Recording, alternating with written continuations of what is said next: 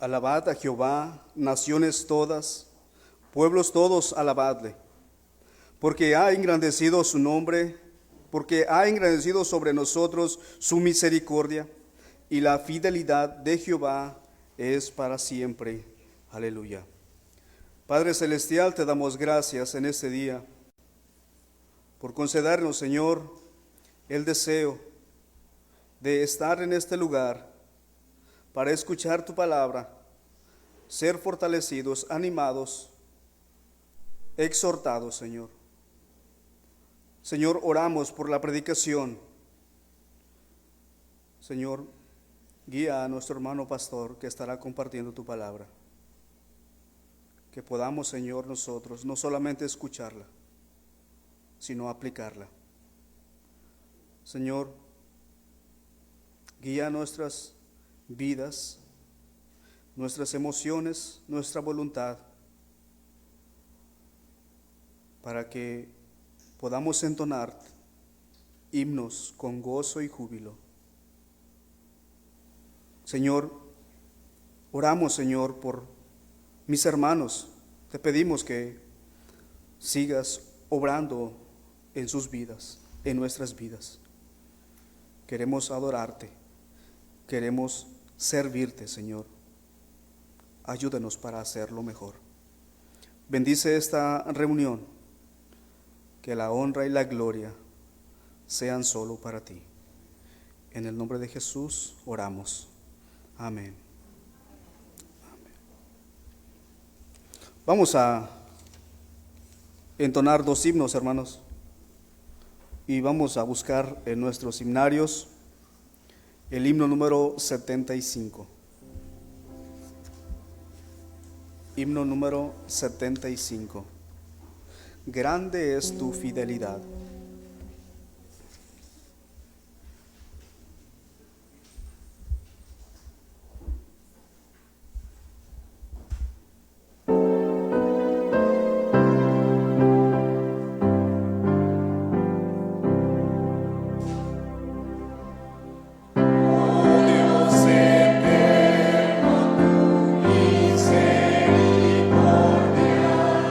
Ni una sombra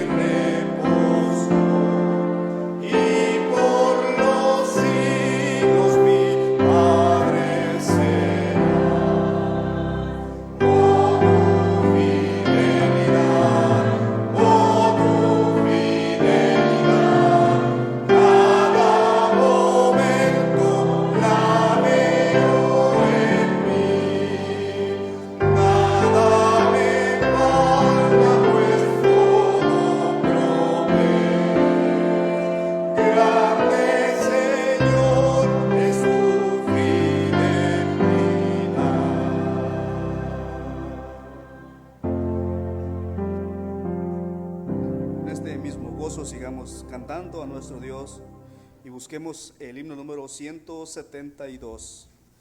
Himno número 172. Cabeza ensangrentada.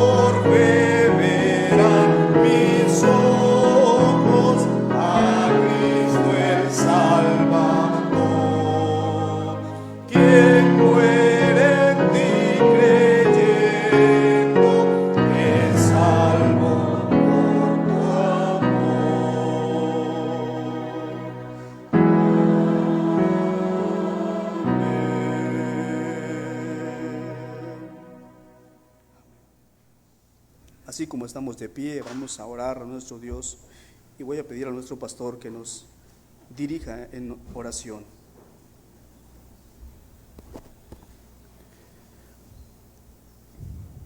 Soberano Dios, en el nombre de Jesucristo queremos darte gracias otra vez por habernos permitido ser partícipes. Nos convocaste, Señor, y nos concediste el acudir. Y hemos ya, Señor, disfrutado la primera hora en la cual se nos ha impartido, Señor, la instrucción a través de tu palabra.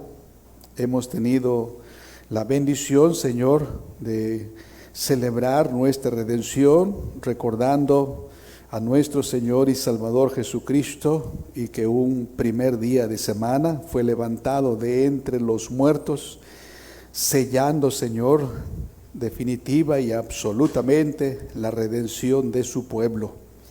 Y hoy estamos aquí, Señor, para recordarlo y celebrarlo, bendiciendo, alabando, honrando, exaltando tu nombre, deseando desde el fondo de nuestro corazón que tu reino se expanda, Señor, que crezca, tomando mayor control en nuestras propias vidas y también, Señor, en este mundo que obstinadamente camina de espaldas a ti.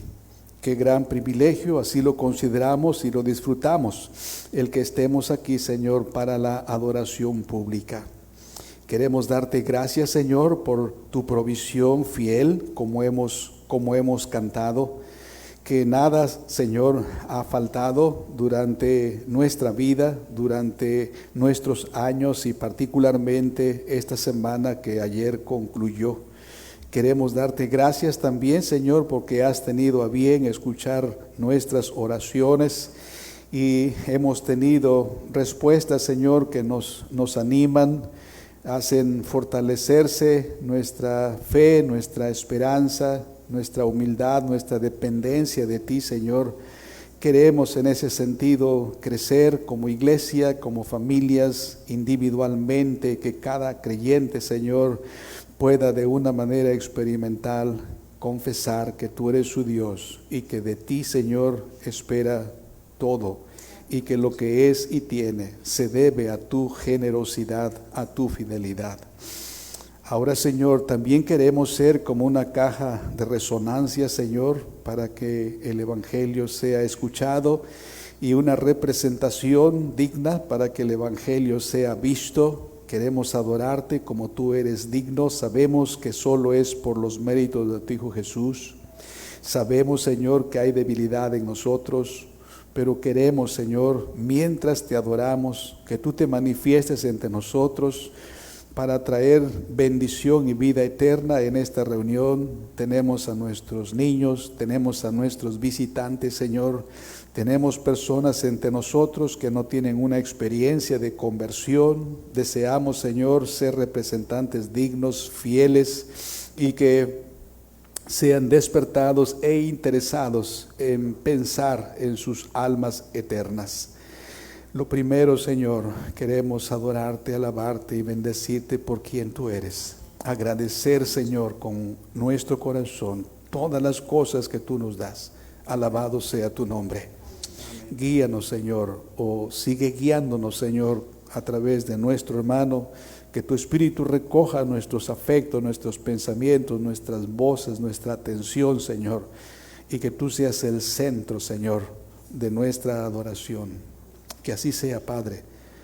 Lo pedimos, Señor, y lo buscaremos en el nombre de Jesús. Amén. Amén. Amén. Amén. Así como estamos de pie, sigamos cantando a nuestro Dios y busquemos el himno número 408.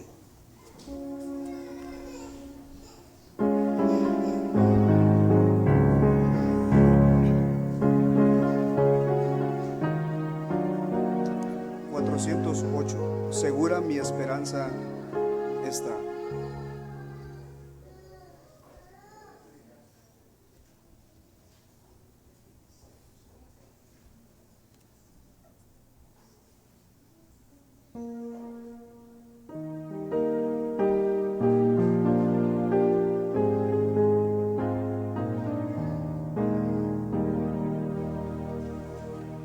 Segura mi esperanza está en la justicia de Jesús, y mis pecados expiará el sacrificio de su cruz. Jesús será mi protección, la roca de mi salvación, la roca de mi salvación.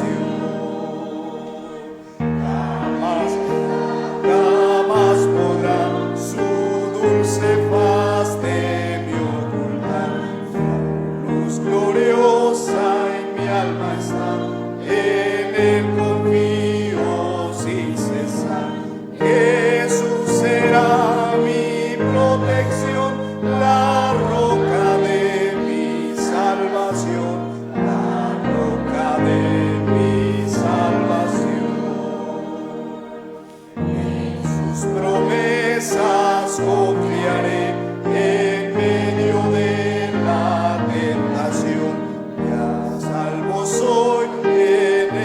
hallé la roca de mi salvación. Jesús será mi protección, la roca de mi salvación, la roca de mi salvación. Cuando ante Dios y el juicio esté, confiado Cristo me hallará, pues su justicia dándome sin mancha me presentará. Jesús será mi protección, la roca de mi salvación, la roca de mi salvación.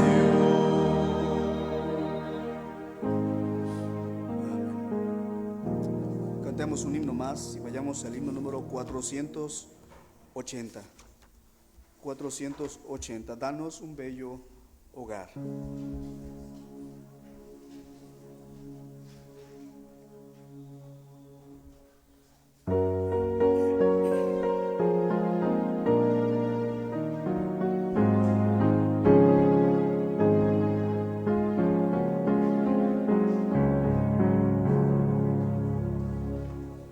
Danos un bello hogar, donde la Biblia se pueda ver, donde tu amor bienestar nos dé, donde en ti todos tengan fe. Danos un bello hogar,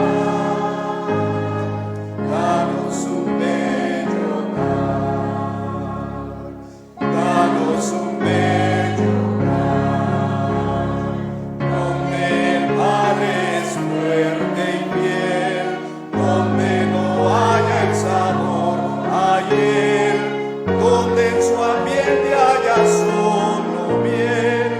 Danos un bello hogar, danos un bello hogar, danos un bello hogar, donde la madre con devoción sepa mostrarnos tu compasión, donde tú habites con santa unción.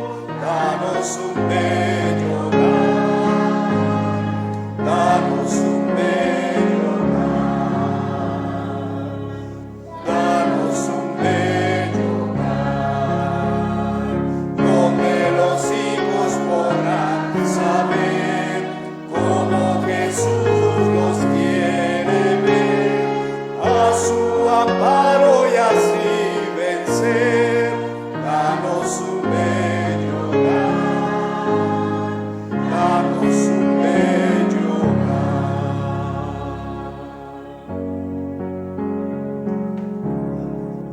Así como estamos de pie, hagamos uso de nuestras Biblias.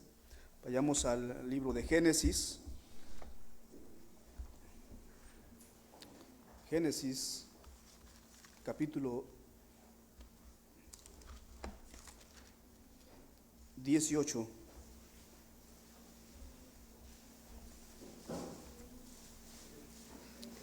Vamos a leer los versículos 1 al 19. Génesis, capítulo 18, versículos 1 al 19. Y vamos a leer todos juntos estos versículos del capítulo 18. Génesis 18, versículos 1 al 19. Y después de la lectura vamos a dar tiempo para la predicación.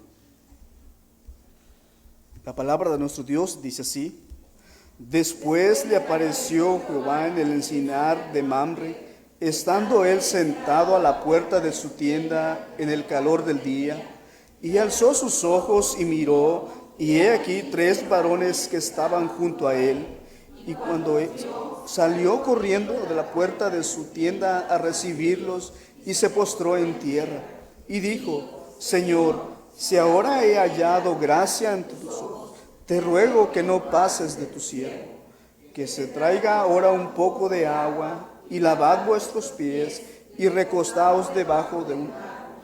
y traeré un bocado de pan, y sustentad vuestro corazón, y después pasaréis, pues por esto habéis pasado cerca de vuestro siervo.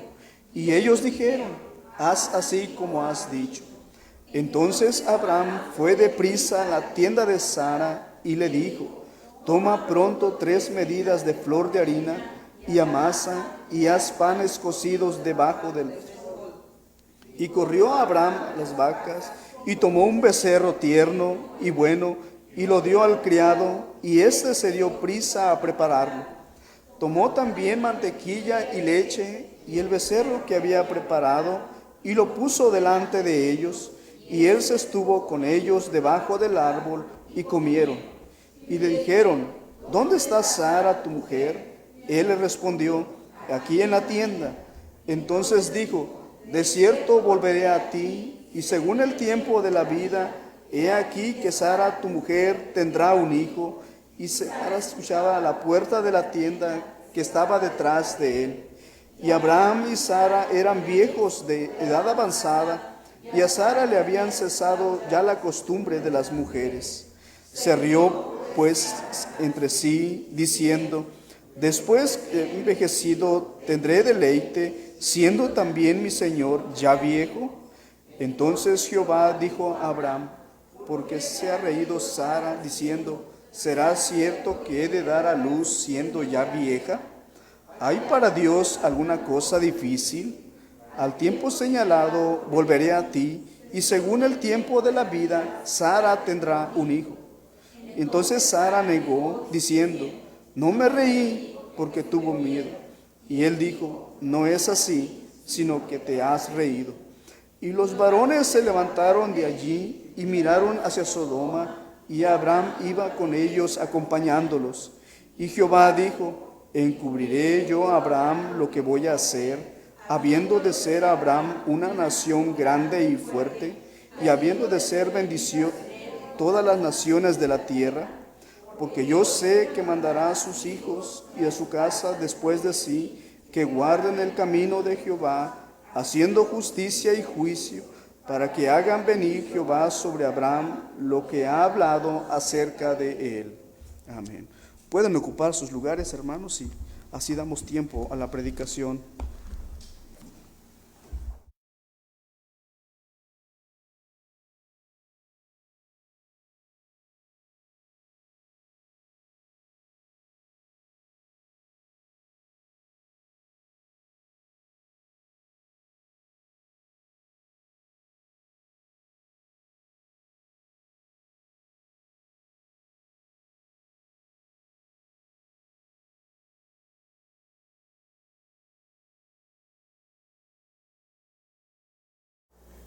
Buenas tardes, hermanos. Les saludo con agradecimiento a Dios que nos encontremos aquí para la meditación en la palabra de nuestro Dios.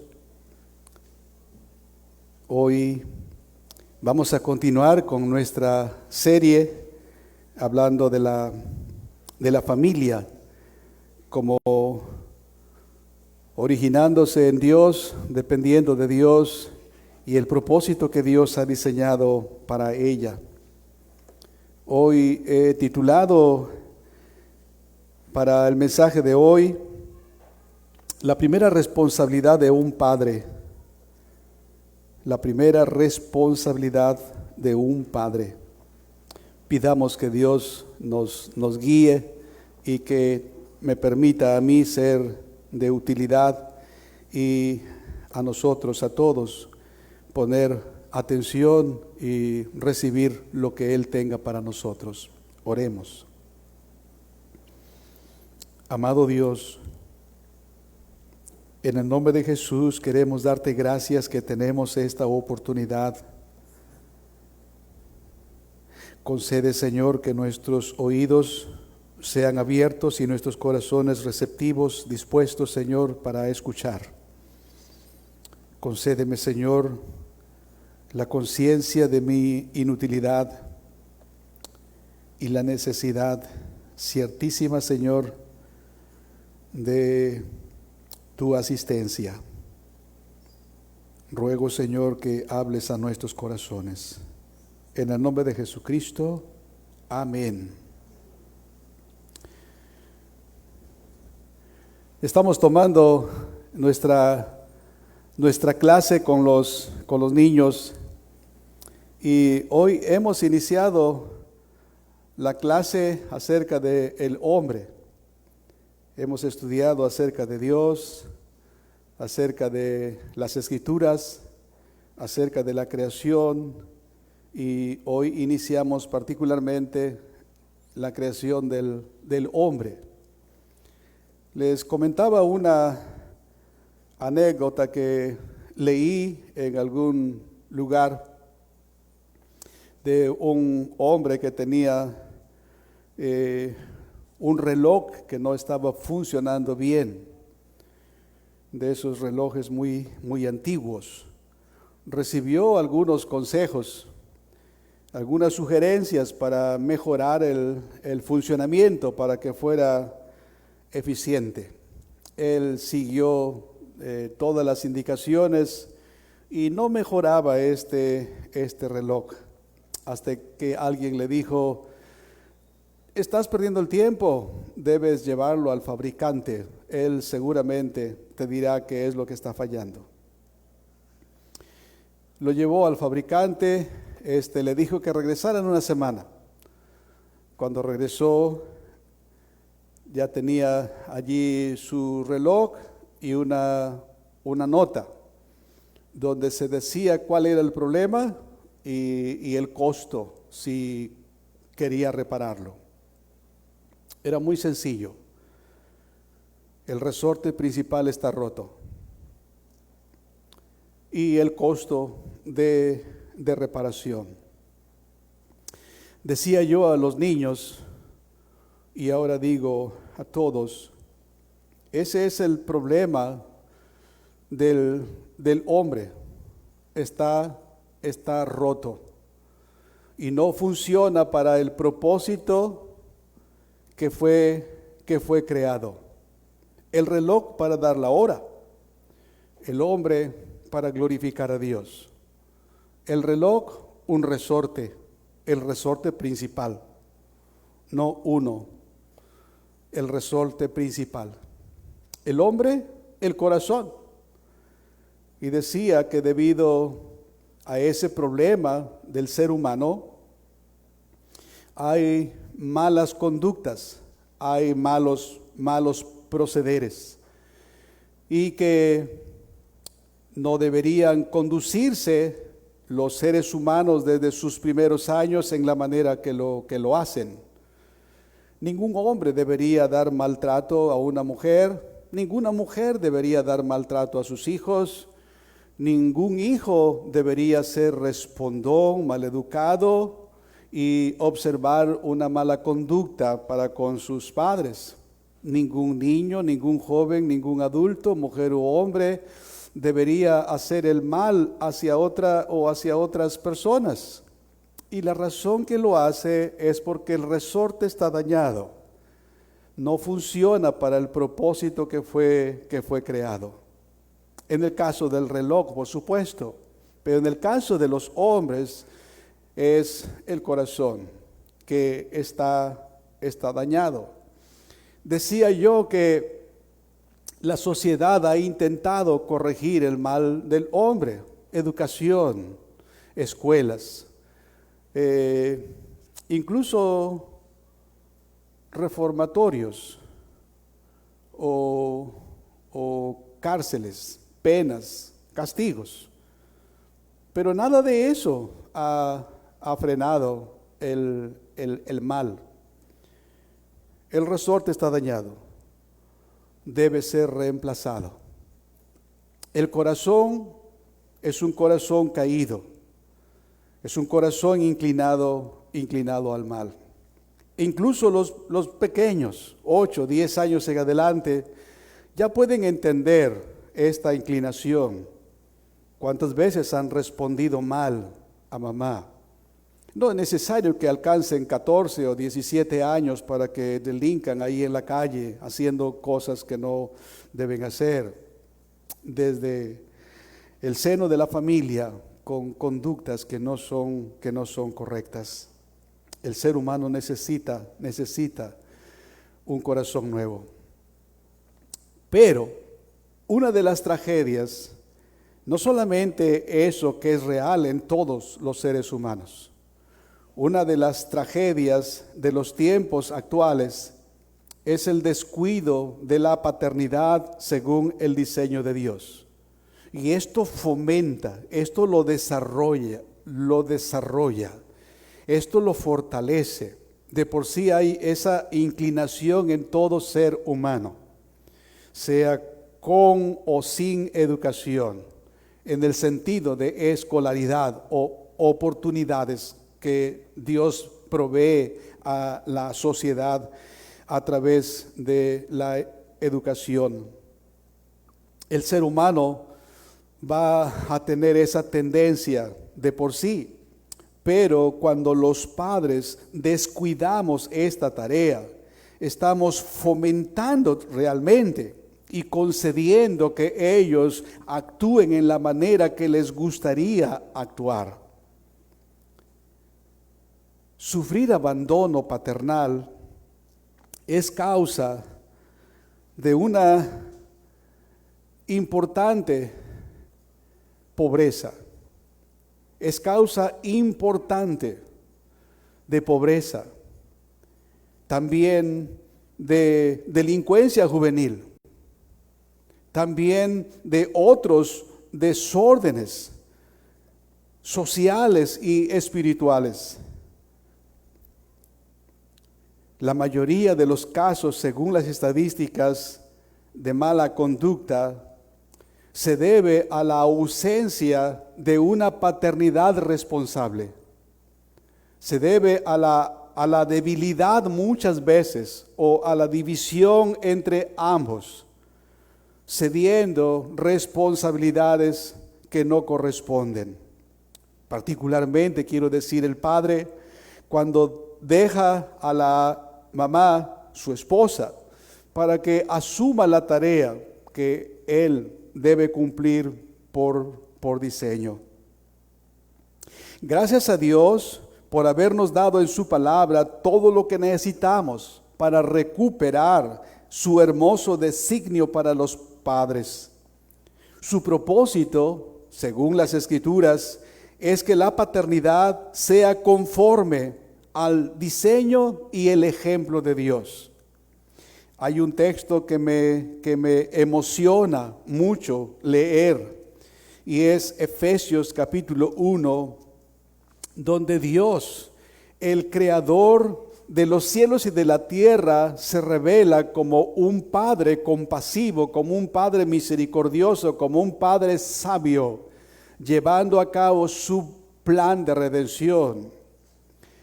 Efesios capítulo 1, versos 3 a 5, bendito sea el Dios y Padre de nuestro Señor Jesucristo, que nos bendijo con toda bendición espiritual en lugares celestiales en Cristo, según nos escogió en Él antes de la fundación del mundo, para que fuésemos santos y sin mancha delante de Él, en amor, habiéndonos predestinado para ser adoptados hijos suyos por medio de Jesucristo, según el puro afecto de su voluntad. Bendito el Dios y Padre del Señor Jesucristo. Y Él envió a su Hijo, hermanos, para que a través de su Hijo, Él sea también de nosotros nuestro Dios y nuestro Padre.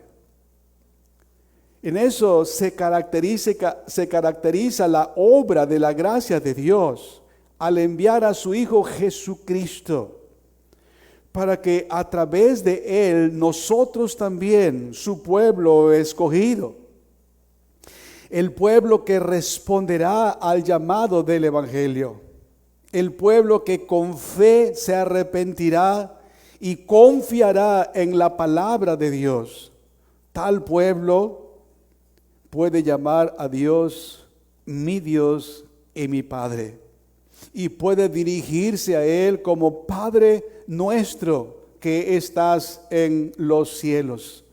Qué hermosa relación podemos tener los seres humanos por la obra mediadora de Jesucristo. Ahora, ¿cómo es Dios el Padre? Dios el Padre ama a sus hijos. Dios como Padre camina con ellos. Dios los instruye. Dios los acompaña y los instruye vez a vez, momento a momento. Y su misión al enviar a su Hijo a este mundo consiste en llevar muchos hijos a la gloria. Hebreos capítulo 1 y el verso 10, hablando de la venida de Cristo, humanándose para socorrer no a los ángeles, sino a los hombres, nos dice algo extraordinario en el versículo 10. Porque convenía aquel por cuya causa son todas las cosas y por quien todas las cosas subsisten, que habiendo de llevar muchos hijos a la gloria, perfeccionase por aflicción al autor de la salvación de ellos. Dios el Padre, al enviar a su Hijo a este mundo, tiene como propósito, hermanos, llevar muchos hijos a la gloria. Este es el gran designio para la paternidad, de allí su importancia. En otras palabras, Dios creó la paternidad como medio terrenal de conducir a los hijos al Redentor, el único camino al Padre. No hay otra manera de relacionarse con Dios, sino solamente por el Hijo eterno, a quien el Padre envió para que por su intermediación los seres humanos que oyen el Evangelio, creen con arrepentimiento, vienen también a ser hechos hijos de Dios. Esa es la tarea que Dios tiene para los padres. En nuestro texto se dice que Dios sabe que Abraham mandará mediante la instrucción a sus hijos para que anden en su camino después de él.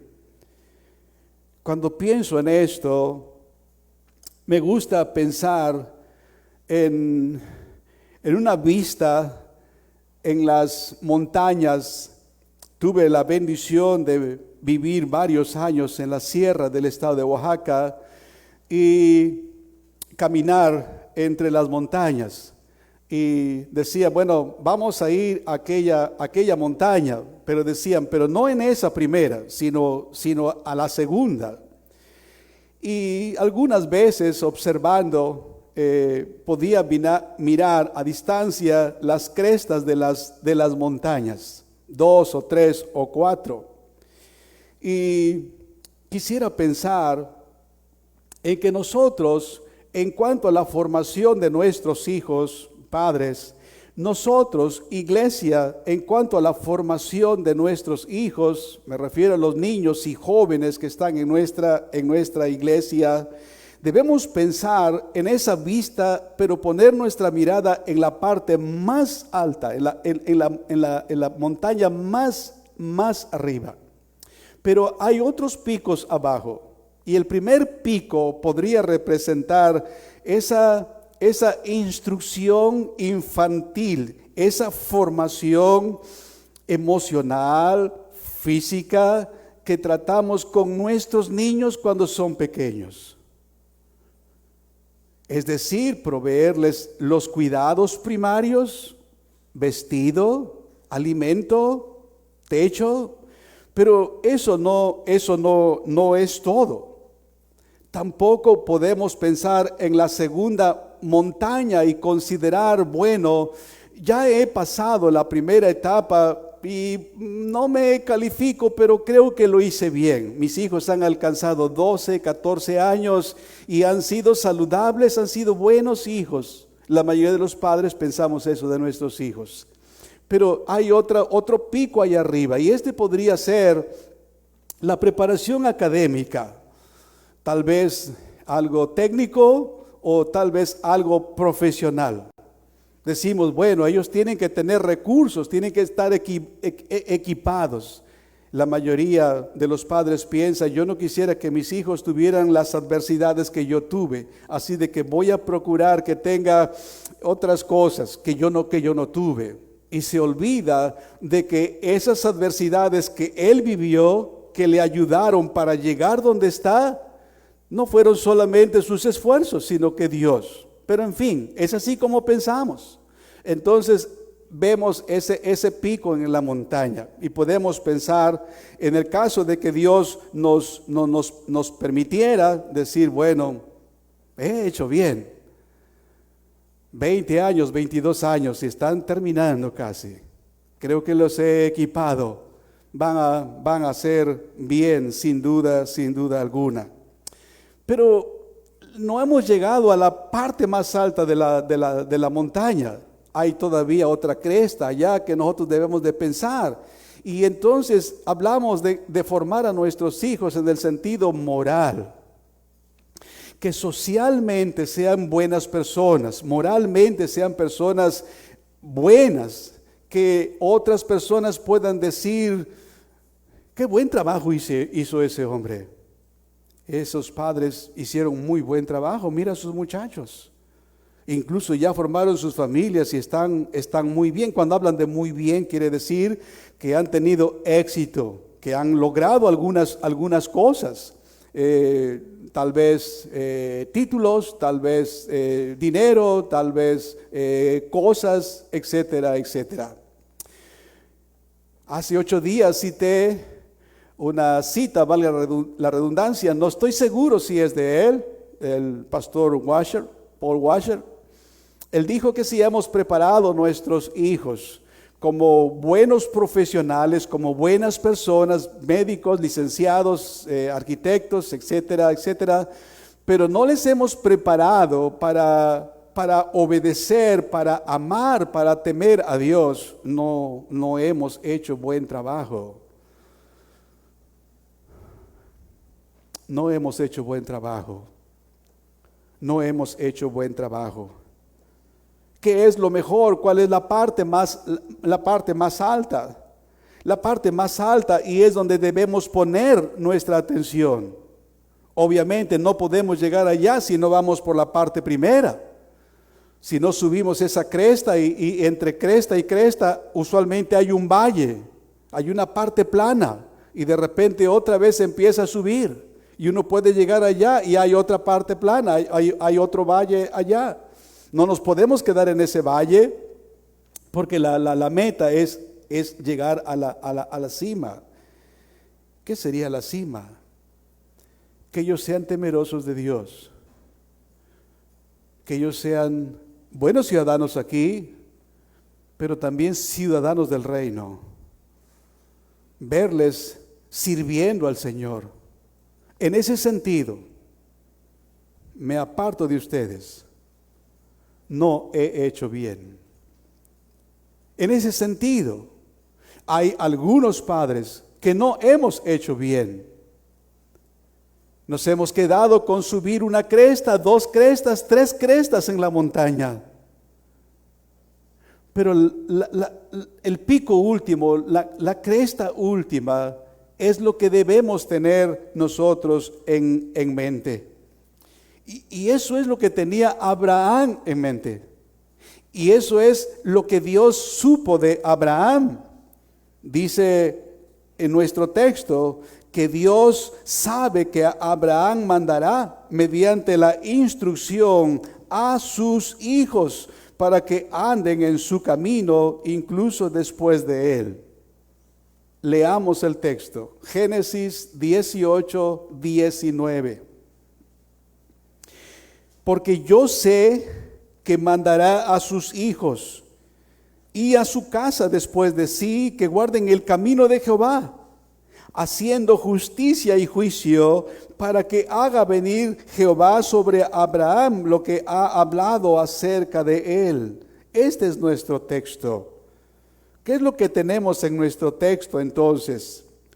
Lo primero que vemos en nuestro texto es el tipo de instrucción que se debe impartir a los hijos y a toda la casa. Cuando hablamos o la Escritura habla de la casa, diferenciando de los hijos, a veces usa el término la casa, incluyendo los hijos. Está hablando de todas las personas que están bajo la jurisdicción de ese cabeza de familia. Puede ser trabajadores, empleados, sirvientes. Decíamos eso la semana pasada. Y era responsabilidad de él no solamente proveer una fuente de trabajo, un trato y pago justos, pero también procurar que él o ellos conocieran de Dios, conocieran el camino de la salvación, el poder enseñarles la manera de relacionarse con Dios. Así que lo que tenemos en nuestro texto es la naturaleza de dicha instrucción y también el cómo esta instrucción se extiende aún más allá de la muerte. Eso quiere decir la frase en el verso 19, después de sí. Después de sí. No solamente mientras él vivió, sino incluso después. Hoy en día es muy difícil observar buena conducta en los hijos si los padres están ausentes. Hoy en día es difícil observar productividad en el obrero o los obreros si no hay supervisión. Hoy en día es difícil encontrar una ciudadanía responsable, cuidadosa de sí misma, sin autoridad, sin quien nos esté vigilando. Pero Abraham, aún después de que él no viviera, sus hijos y su casa caminarían, irían paso a paso en el camino del Señor, en el camino de Jehová, que éste se manifestaría en justicia y juicio.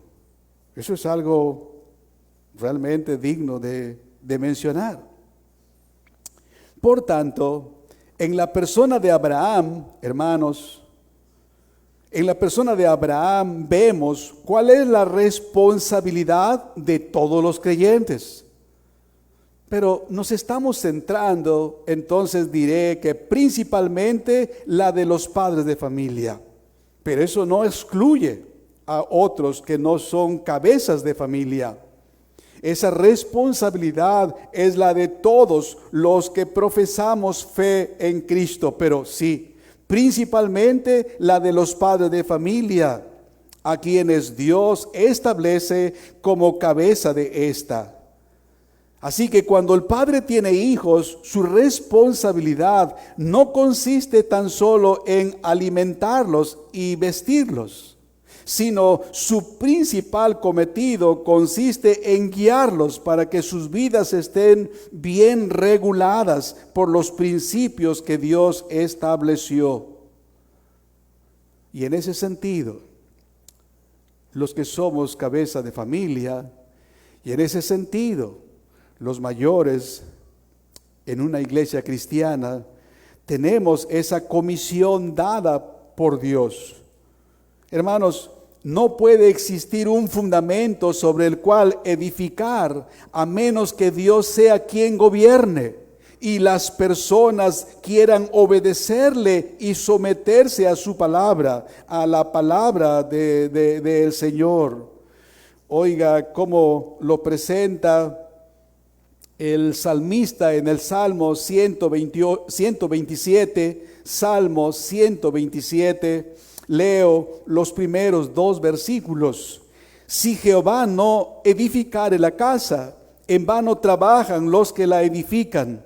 Si Jehová no guardare la ciudad, en vano vela la guardia. Por demás es que os levantéis de madrugada y vayáis tarde a reposar y que comáis pan de dolores, pues que a su amado dará Dios el sueño.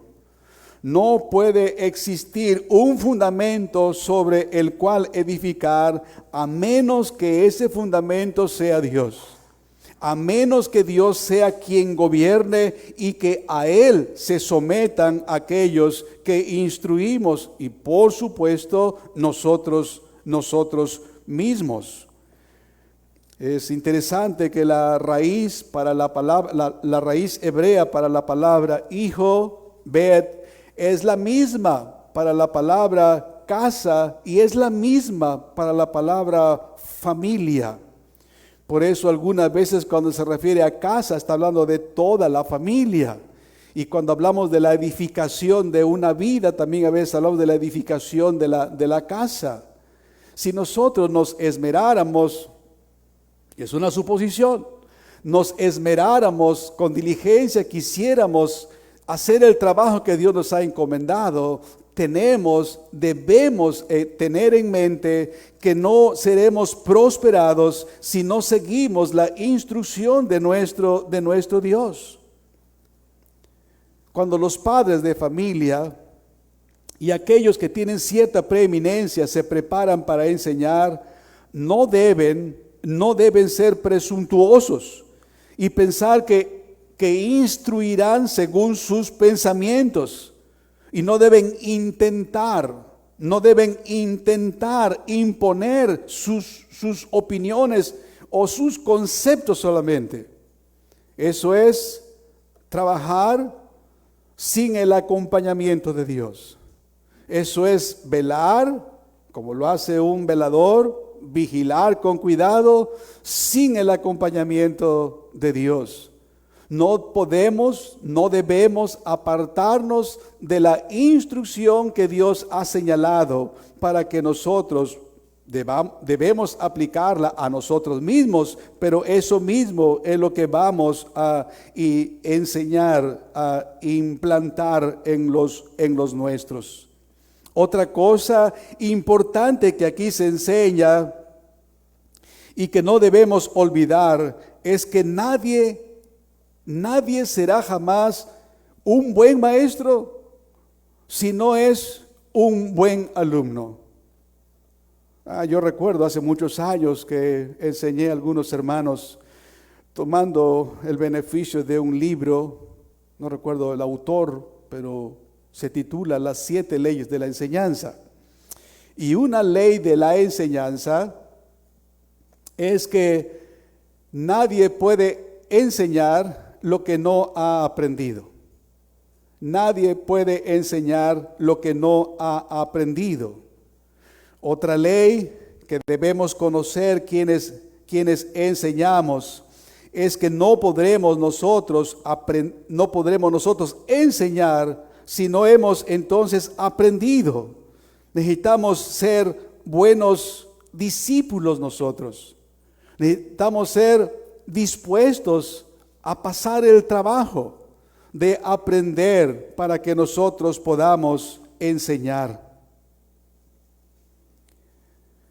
Así que, padre y mamá, principalmente papá, a menos que sea un buen alumno, un alumno de Dios, podrás ser un buen maestro para tu casa, para tu familia. Por lo tanto, no debe haber una autoridad docente que promueva lo que inventamos, que incentive aquello que propongamos, como tienen en la religión popular, un magisterio, un grupo colegiado que finalmente dice qué es lo que se tiene que hacer. Ellos tienen la escritura en un plano, la tradición en otro plano, dicen igual, pero es el magisterio, un grupo selecto quienes deciden qué es lo correcto. Normalmente se deciden por la tradición. normalmente se deciden por lo que un hombre, su líder en ex cátedra, dicta o determina. Nosotros no podemos enseñar, no debemos enseñar lo que nos sugiera nuestra cabecita, lo que nosotros querramos, y no podemos decir, hemos de hacer esto o harán esto porque yo quiero que lo hagan. Puede ser que sea un buen padre, tal vez un pastor aceptable, y tal vez pudiera hablar así, nunca en este lugar, pero es mucho mejor decir, esto es lo que Dios dice. Una vez recibido, una vez aprendido, se traslada, se comunica, está enseñando solamente lo que ha recibido, de Dios. ¿Por qué? Porque Él quiere que sea Dios el que tenga preeminencia. Dice nuestro texto, yo sé que mandará a sus hijos y a su casa después de sí que guarden ¿qué? Que guarden ¿qué? El camino de Jehová. Abraham tenía eso en mente. Obviamente Dios lo escogió para eso. Leímos hace 8 días, ¿verdad? La traducción de las Américas, donde dice, porque yo para esto lo he escogido. Para eso lo he escogido. Los creyentes somos habilitados por Dios para poder cumplir las tareas que Él nos ha encomendado. Para que tanto grandes como pequeños alcancen la conformidad con Él y le obedezcan andando en justicia y juicio. Ahora, quiero que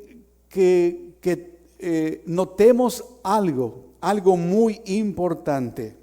En aquel tiempo no había ley escrita, hermanos.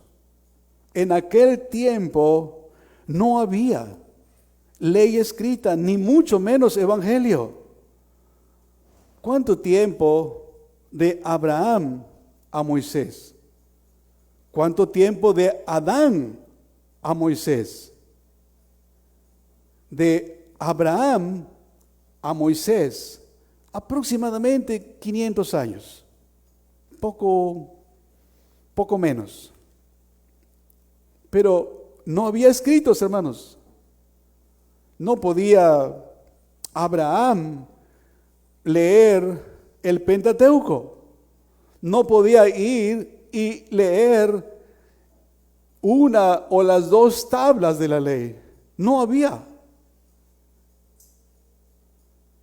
Es interesante que este hombre, sin esos recursos, obviamente Dios era con él. Obviamente él tenía el Espíritu del Señor obrando en él. Pero es de notar, él no tenía la ley escrita y mucho menos el Evangelio. Sin embargo, Abraham conoce la voluntad de Dios hasta el punto necesario. No sabía muchas cosas como ahora nosotros podemos saberlas, pero él sabía lo que era necesario y fue suficiente. De modo que el patriarca no disponía de las Escrituras, pero aún así no se atrevió ni intentó establecer leyes a su gusto. Su enseñanza fue: guarden el camino del Señor. Su enseñanza fue: deben caminar en el temor de el Señor. El Señor que nos hizo. Y sin duda alguna, como hemos aprendido, no había hasta 2000 años, no había escritos. No había escritos. La voluntad de Dios, los preceptos de Dios eran trasladados oralmente. Me parece que eran mucho más honestos, fieles aquellas personas. Porque hasta el tiempo de Moisés es que Dios ordena escribir. Y tenemos ahora sí los preceptos y los mandamientos claros en la palabra de Dios. Híjole, debía ser mejor que Abraham y no lo hice. Él no tenía, hermanos, los recursos que ahora nosotros tenemos. Sin embargo, Abraham enseñó diciendo: deben guardar el camino del Señor, deben caminar y conduciéndose en justicia y en juicio. En otras palabras, en rectitud. Abraham enseñó mediante precepto y ejemplo el camino de la rectitud y la equidad, dependiendo de la ayuda de Dios, pidiéndole que Él fuera quien los gobernara, que Él les mostrara el camino, que Él los guiara. Porque Él no desea imponerse diciendo: vamos por donde yo pienso que debemos ir, o hagamos esto que yo he pensado que es lo bueno. El apóstol Pedro, en primera de Pedro, capítulo 4 y el verso 11, nos dice: si alguno hable conforme a las palabras de Dios. Si alguno ministre conforme al poder que Dios da. ¿Y esto para qué? Para que en todo sea Dios glorificado por Jesucristo. Hermanos, hace casi 4,000 años, Abraham implementó este principio. El apóstol Pedro, sabemos eso, siglo I, él divide los dones en estas dos maneras o áreas. Uno, hablar; otro, hacer. Y él dice: si alguno habla, recuerde que el contexto es que está diciendo que los creyentes deben de ser buenos administradores de la gracia de Dios.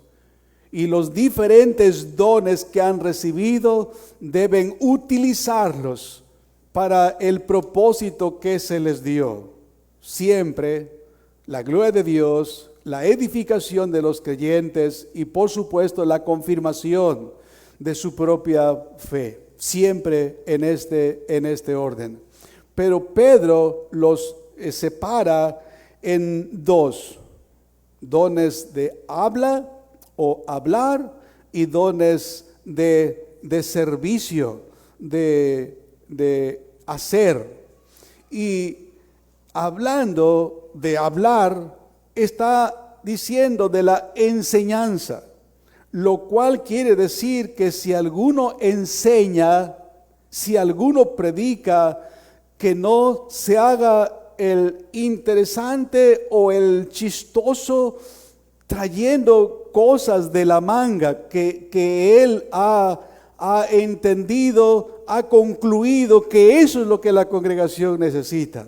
Si alguno habla, si alguno enseña, si alguno predica, si algún cabeza de familia se para frente a su casa y les instruye, debe hablar conforme a la palabra de Dios.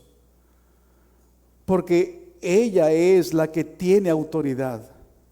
Ella es la que va a permanecer. El cielo y la tierra tienden a la corrupción, pero su palabra permanece y permanecerá. Esa es la implicación cuando dice nuestro texto que Abraham mandaría a sus hijos y a su casa después de sí, aun cuando ya no estuviera él, sus hijos, su casa. Nosotros ahora, hermanos, estamos identificándonos con Abraham. Y podemos decir que Abraham es nuestro padre. Es que Abraham quería que lo que les decía era algo que provenía de Dios. Él quería que su casa, sus sirvientes, su hijo, tuvieran claro que lo que Él les estaba indicando, las directrices que les estaba dando, Él no las había sacado de su cabeza, de su inteligencia, de su capacidad. Siempre les refirió a Dios, siempre dijo, esto es lo que Dios dice, tal como Pedro dice, si alguno habla, hable conforme Dios le dé. ¿Para qué? Para que Dios sea honrado, para que Dios sea glorificado. Cuando los hombres oían del Dios de Abraham, se postraban ante ese Dios con reverencia. Y esta es la mayor responsabilidad de un padre, en un sentido general de todos los creyentes. Que cuando dijeran, este es el Dios de fulano de tal, que sus hijos tuviesen reverencia, guardaran silencio, escucharan con atención. Tengo en mente la ocasión, conocen la historia en Éxodo 3, cuando hay una zarza ardiendo y Moisés a distancia observa que no se consume. Era lo normal, ¿verdad? Sería lo normal. Pero no se consumía y esto fue lo extraordinario, lo que despertó su interés y se acercó. Ustedes conocen el relato de Éxodo capítulo 3, pero en el versículo 6 hay algunas palabras clave que Dios le dijo: yo soy el Dios de tu padre, Dios de Abraham, Dios de Isaac y Dios de Jacob. ¿Y qué fue lo que hizo Moisés enseguida, hermanos? Cubrió su rostro. Él ahora, casi 500 años, hermano, no estoy seguro, pero más de 450 años sí. Pero Moisés sabía de Dios por Abraham. Moisés temía a Dios por instrucción de Abraham. Abraham instruyó a sus hijos y a su casa para que estos anduvieran en el camino del Señor. 450, un poco más de años, y Moisés se acerca intrigado, curioso, y él oye la voz que le dice: yo soy el Dios de tu padre, Dios de Abraham, de Isaac y de Jacob. E inmediatamente Moisés reverenció la voz, inclinó su rostro, cubrió su cabeza, porque él tuvo temor de ese Dios. Podemos apuntar a la primera cresta y agradecer a Dios que nuestros hijos son sanos y que tienen en su mesa lo necesario. Podemos levantar nuestra vista a la siguiente cresta y decir: gracias al Señor, ya están en vocacional, prepa, solo espero que terminen una formación técnica o profesional para que se abran camino. Pero eso no es todo. Tal vez les vas a impulsar y les vas a apoyar para que sean buenas personas. Pero eso no es todo. Incluso oyes que tienen éxito, incluso oyes de otras personas que opinan muy bien de tus hijos y privadamente dices: bueno, no podría ser de otra manera. Aquí estoy yo. Pero hay todavía una cresta más arriba, que es a la que deberíamos todos apuntar, que ellos puedan reconocer a Dios como el Dios tuyo, como el Dios de Abraham, de Isaac y de Jacob, y que tú eres parte de ese Jacob, que tú eres parte de ese pueblo amado de Dios, por quien el Padre dio a su Hijo eterno. Qué cosas tan extraordinarias se dicen de Abraham: porque yo sé que mandará a sus hijos y a su casa después de sí Lo que tenemos aquí, hermanos, y hemos de considerar es que quienes son cabezas de familia deben pasar por el trabajo de ser aprendices de la palabra de Dios. Si quieren realizar con éxito su deber, deben apuntar bien alto. Deben poner su mirada en la parte más alta. Y obviamente la expectativa es que nuestros hijos quieran imitarnos. Como Pablo dijo a los corintios, sin ningún dejo de arrogancia o de nada, de orgullo, sed imitadores de mí, así como yo de Cristo. De verdad, hermanos, yo deseo, en el sentido pastoral, no sé cuánto tiempo me quede, pero menos que a ustedes jóvenes. Y no me entristece en lo absoluto, créanme. Pero que después se pueda continuar con los suyos, con los que Dios añada a este lugar. Pero que podamos tener en mente esa parte alta. Que Dios tenga bien prosperar nuestras cabezas. Que Dios tenga bien prosperar nuestras familias. Porque el éxito, hermanos, según Dios, tiene que ver con obediencia a su palabra. Y su palabra revela su propósito. El éxito según Dios no tiene que ver con títulos, ni dinero, ni cosas, ni popularidad, ni aceptación, ni nada de esas cosas que este mundo no solamente valora, sino que promueve y está empecinado a que nosotros también las consideremos como lo único de esta vida. No, hermanos, el éxito según Dios tiene que ver con obediencia a Él. Y amor y temor de su nombre. Ahora bien, si por flojera o descuido no conocen los principios básicos de la doctrina cristiana, de la fe cristiana, y tampoco conocen los mandamientos de Dios, y no saben tampoco cómo presentar a Dios su oración o cuál es el camino de la salvación, la pregunta es, ¿cómo instruirán a sus hijos en los caminos del Señor si ustedes mismos, si nosotros mismos no los conocemos? De allí la demanda a la primera responsabilidad de el cabeza de familia.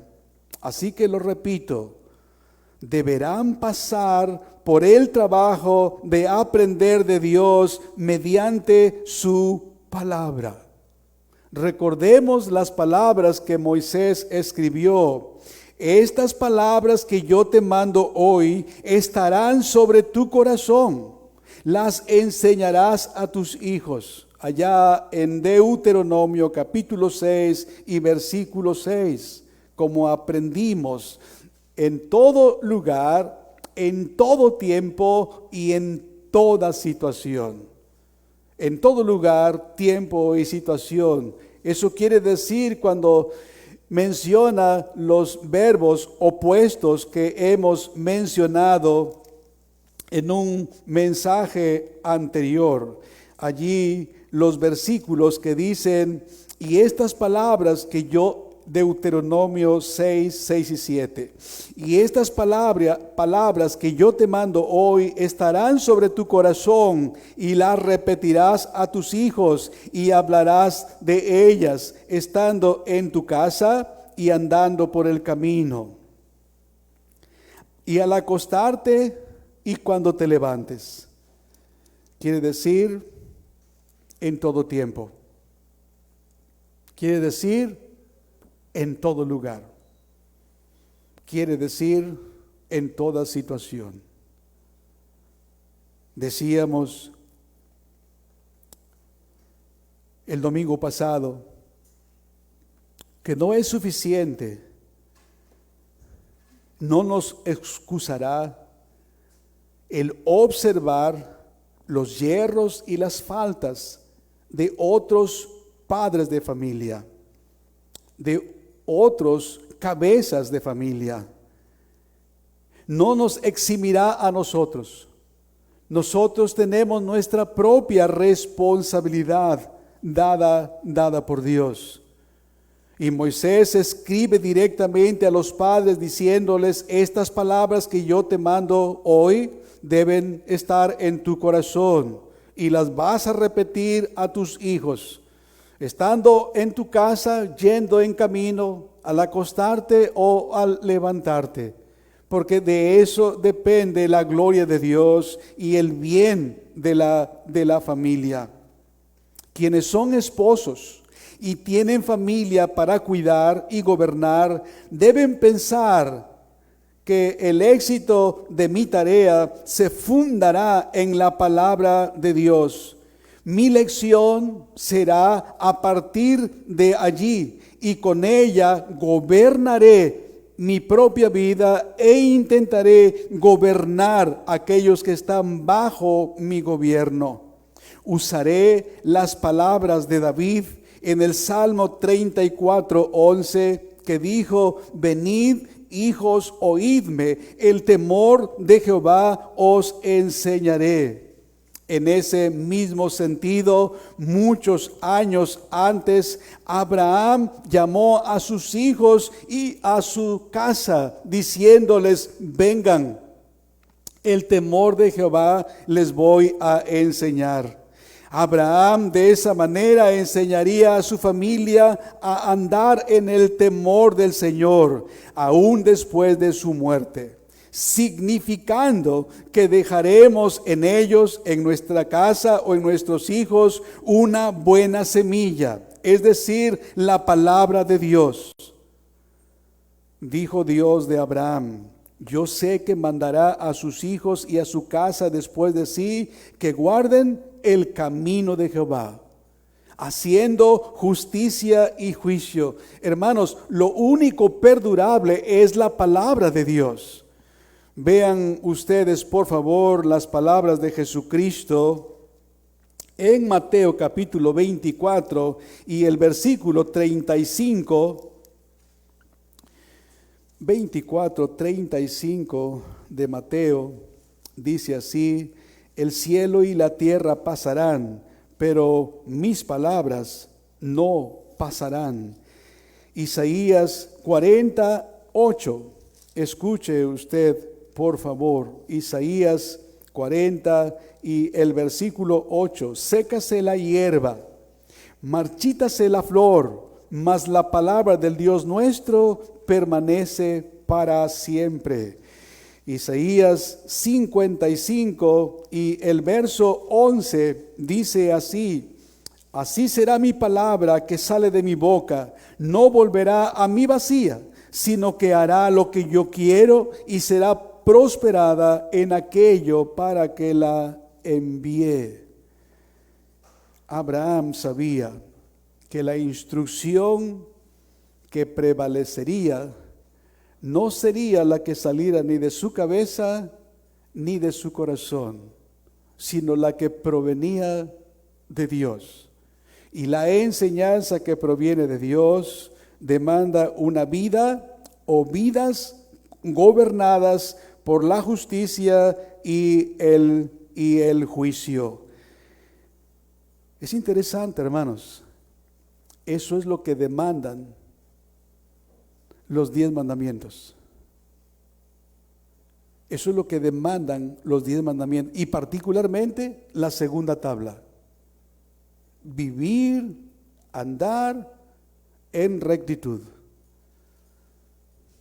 juicio y justicia, rectitud y equidad. Eso es lo que demanda específicamente, hermanos, la segunda tabla de la ley. 450 años después, Moisés nos escribe Éxodo 20, y tenemos en ese capítulo plasmados lo que conocemos como la ley moral de Dios. Y allí se nos dice que es en una relación estrecha con Dios que el ser humano puede vivir en una buena relación con su prójimo. Un hombre que es instruido en la palabra, puede sin duda alguna vivir en rectitud y en equidad, es decir, en justicia y juicio. De esa manera ellos se ocuparán de ser bondadosos, de ser caritativos, de ser generosos. Implican, por supuesto, amor a Dios y amor al prójimo. Dios ha dicho de Abraham que mandará mediante la instrucción a su familia a gobernarse a sí misma en toda equidad y rectitud.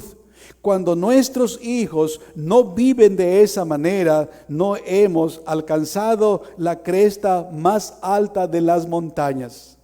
Es posible que nos quedamos en la primera o segunda montaña o pico de montaña, pero nuestra mirada debe de estar en la parte más alta.